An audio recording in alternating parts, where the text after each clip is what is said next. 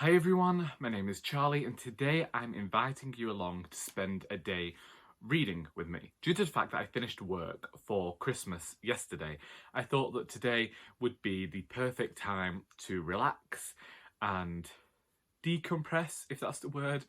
It's no secret that I have found things in the last month a bit more overwhelming and stressful than I ordinarily would. Last year I didn't get stressed too much about Christmas. I was quite content, everything was planned out and I'd purchased what I wanted to purchase for relatives. But this year everything felt like it was getting on top of me. And I feel like that was the same for most people. But this week feels like a week in which I can really focus on getting the things done that I want to get done, such as reading, watching films, and Christmas. It is Tuesday the 22nd of December. I had always planned to spend today reading Drive Your Plow Over the Bones of the Dead by Olga. Damn it. Sarah of Hark of a Hearts sent me the pronunciation of this. There was a check in there. Tokarczuk? I will check. But this was translated by Antonia Lloyd-Jones. I know that this isn't the crime novel I thought it was going to be, and it's a bit more psychological, but I've always associated this book in my head, despite not reading it, with winter, and it's always felt like a Tuesday book for me. Some people might not know what a Tuesday book is because I've never mentioned it before, but there are certain days I usually get off work each week. So I have Sundays and I have Tuesdays. Tuesdays tend to be the day when I want to do nothing because I see it as the start of my weekend, because I see the start of my work week as Friday. I only do 3 days officially, so it's Friday, Saturday, Monday in my head. And so I have Tuesday books. Tuesday books are the more serious, short books that I can get read in one day. Once I've done the housework, I can just sit down, get through a book and read it with a cup of coffee. And this has always felt like a Tuesday book to me. I also chose to catch up with Autumn by Ellie Smith. So you're actually seeing this video after about an hour and a half of my day of reading has passed. Because I wanted to catch up with Autumn by Ellie Smith that I am reading, once again, to mention Sarah, as part of a read-along that Sarah is hosting. And so I'm planning on finishing this today as well. I'd hoped to finish reading the Lollipop shoes yesterday, but things just backed up, and so I only read 1 or 2 chapters yesterday. So I'm going to try and read as much of this as possible today as well. I haven't read any of Utopia Avenue by David Mitchell since I checked in with Sarah last week because we're buddy reading this book. So I want to perhaps read 30 or so pages of this. And I also want to get some more reading of the Christmas Chronicles done. I'm definitely not going to finish this by Christmas, but I'm hoping to finish it by the end of December. And just to mention some other things, we have my friend's book that I'm beta reading, so I could, actually settle down and do some work today for him because I got sent that book nearly 2 months ago now. That's the thing, if I'm beta reading something, I need time to read it, review it, and give you my thoughts. I'm not reading it like I'm reading a book which I read for entertainment. And just to mention Sylvia's Lovers, I want to finish this book by the end of the year. And I know people talk about how there's always next year, but no. This is a book that I need to finish. It's just within me that it needs to happen. Them's the books that I'm going to be looking at today. I'm now going to go downstairs. I'm going to grab myself a cup of coffee and I'm going to set about finishing reading Autumn and starting Drive Your Plow Over the Bones of the Dead. It's an hour later and I've just finished reading Autumn by Ellie Smith. I can't talk about this book much because I don't want to ruin the discussion that I might have about the final 60 pages that I read, but technically I read 140 pages of this book today. I still enjoyed it as much as I did the first time, if not more, because I feel like upon a reread of books, you're always finding more. Like the first time you're reading, you're not really sure of all of the references that are happening. The second time going in, I feel like you're more aware because the first time you're just going in there for the story. The second time you're picking up on more things. And I would be really interested to go back and reread this again I think that the discussion that we've had about this book in the group has been a really great one for pulling more out of the story than I perhaps would have noticed myself. It's also interesting because when this book came out, we just had the EU referendum, the result of that, and this book was talking about the divide in the country then. And if anything, looking back now, I feel like things weren't as bad then. So it's a weird one. It's weird because at the time I noticed more of the catastrophizing going on in the news more, which is when I really made the decision to try and just focus on finding news stories for myself and looking for news on the internet that I could read without having the opinions thrown at me of how I should believe, and certain newscasters and certain channels trying to make you feel a certain type of way about events. So to look back upon this book after 4 years and think, actually, you think things weren't bad here. Things don't seem as bad as they are now in this book. So that was a change I didn't expect, but this also could be seen as like the beginning of a deep nosedive. Anyway, I guess that now I feel great because I finished a book.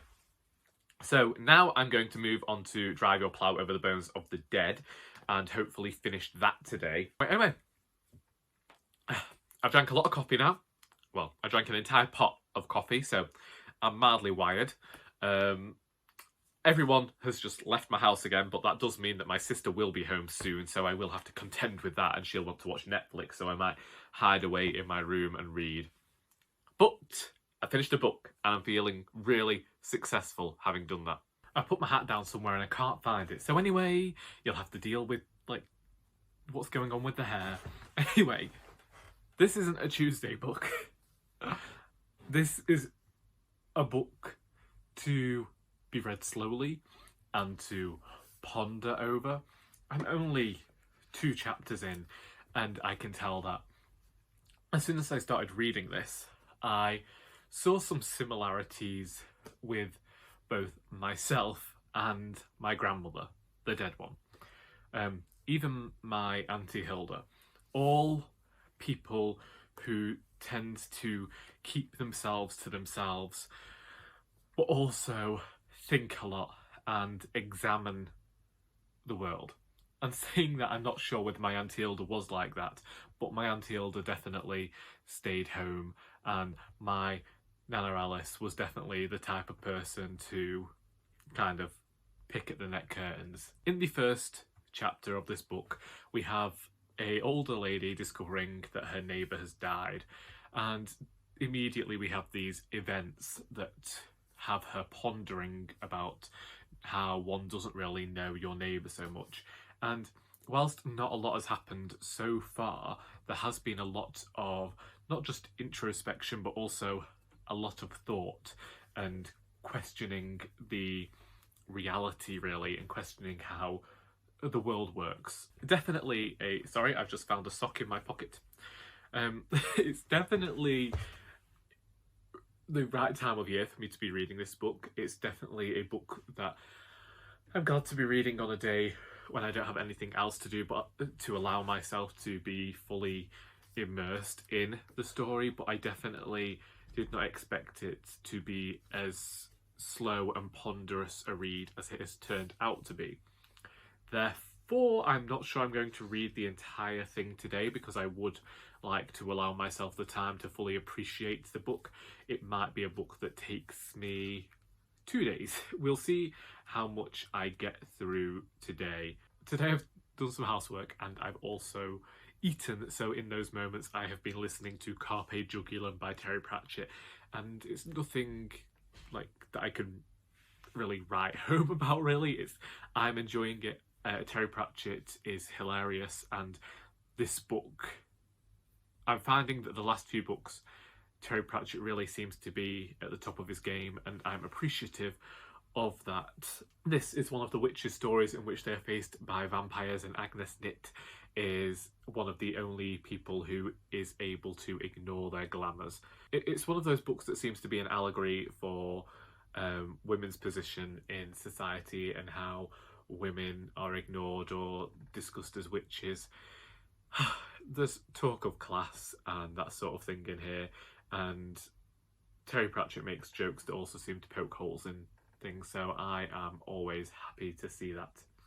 So what will I do now? Well, basically, I don't know when my brother and my father are going to come home, so this could be one of the last times I speak to you. It could be, I could talk to you more, but I'm going to keep reading this and then we'll see. I think if I get halfway through this within the next hour, I'll move on to Lollipop Shoes or Utopia Avenue, one of those, just to find something a bit, not fast to read, but I wanted more entertainment, I'd say, today, and I feel like I did a bit more thoughtful reading with Alice Smith's Autumn, so maybe I just don't need some more thoughtful reading right now. We'll see how I feel over the next hour. So, I've returned to my sister's room again because she's just left, and I'm now under my brother's bedroom. It's about 10 to 5 in the evening, and remember how I said that we'd made no plans to read any more of Utopia Avenue, me and Sarah? Well, I just remembered, as Sarah sent me a message, that we agreed to read certain parts each week, and I am about 200 pages behind. So, I'm going to be catching up with reading Utopia Avenue for the rest of this evening in order to catch up, because for whatever reason I completely forgot that we did...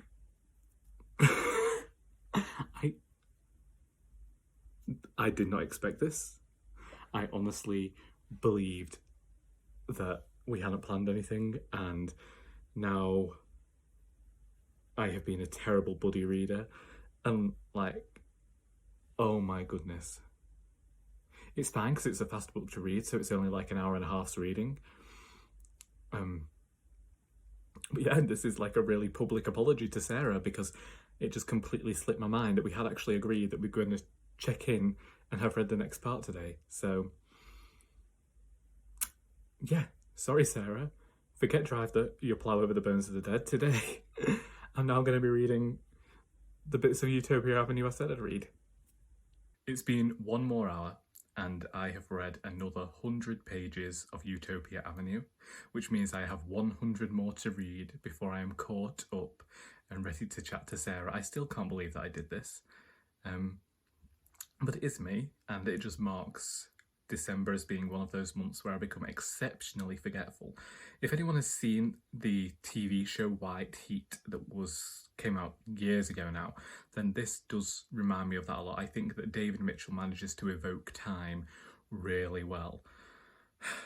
And also at first I wasn't so sure of the characters, but I do feel like I'm warming to them now.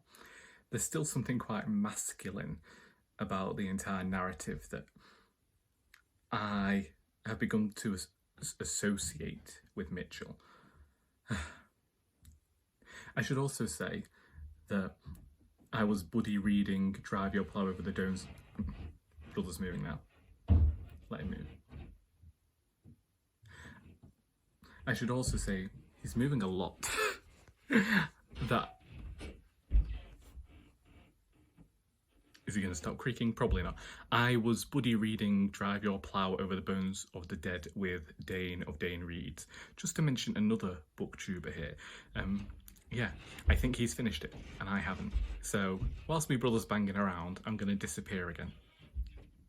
I found my hat, and I'm back in my room. I've asked my brother to just wait downstairs for a few minutes so that I can record an outro to this video. Forgot an outro, found my hat. I can't believe that I forgot that I was supposed to be reading a portion of Utopia Avenue for today, and once again would like to offer Sarah my utmost apologies at being a terrible buddy reader. If you ask certain people, I'm hopefully, touch wood, not usually this bad at buddy reading books. Yeah. It had completely slipped my mind, and I'm not going to add it to my list of worries at the moment. I have about 50 pages of the portion of Utopia Avenue I have to have had read by this evening finished, which, yes, means that I have read 200 pages of Utopia Avenue in 3.5 hours, which I'm upset about because 200 pages, it should have only taken me 100 minutes, but I had to make food in that time and a few cups of tea and had a phone conversation with my mother, and I've been editing a video, this video, so hopefully I can finish these next 50 pages in half an hour and still be able to chat to Sarah. I mean, that's one of the good things and the benefits about America, is the fact that they're a few hours behind, so I can probably still continue to speak, but whether Sarah wants the conversation to continue into the evening, I do not know. I am thinking of changing the original title of this video though, because all I've done is talk about Sarah. If you didn't know, she's a great human being and inspired every single book that I have read today. So that's a plus. Oh Lord. One thing I will say about Utopia Avenue, as well as being great at evoking the time and this sense of the band coming together and this creative artistry that's within the pages, it's the fact that London in the 60s as a character is all the historical notes that are being mentioned, the small names and anecdotes that people who lived during the time will remember, people who know a lot about the time will remember. I am going on a walk with somebody tomorrow who talks all the time about being there the night that Dylan went electric, so I have heard some of the tales mentioned in here before, but I think that it does a good job of never getting too nostalgic as to avoid telling the story. And despite being set in the 60s, there's also a bit of a timely quality, because I think that even now, in 2020, parents still don't like the idea of their children taking on creative pursuits. I know that my father wasn't the most keen when I said I wanted to be a writer, so I feel a certain kinship when characters are being called layabouts because they want to go towards being more artistic. Despite the fact that my day did not turn out how I'd planned, and that I'm definitely not going to be getting to the Lollipop shoes or the Christmas Chronicles now, I hope that you enjoyed seeing this very frantic video in the end as I tried to get pages read. Did actually achieve what I set out to do, which was to spend a day reading. I wouldn't ordinarily be stressed about not reading a book, but it's the fact that I am reading this book with somebody else and they've put in the time to read it and I'd completely forgotten. And to me, I just feel a bit bad because of that. So then I feel a bit stressed and frantic as I try to get the pages read, so I don't look like so much of a flake. But anyway, I'm going to leave things here, but I hope that you enjoyed this video, and until next time, that is all.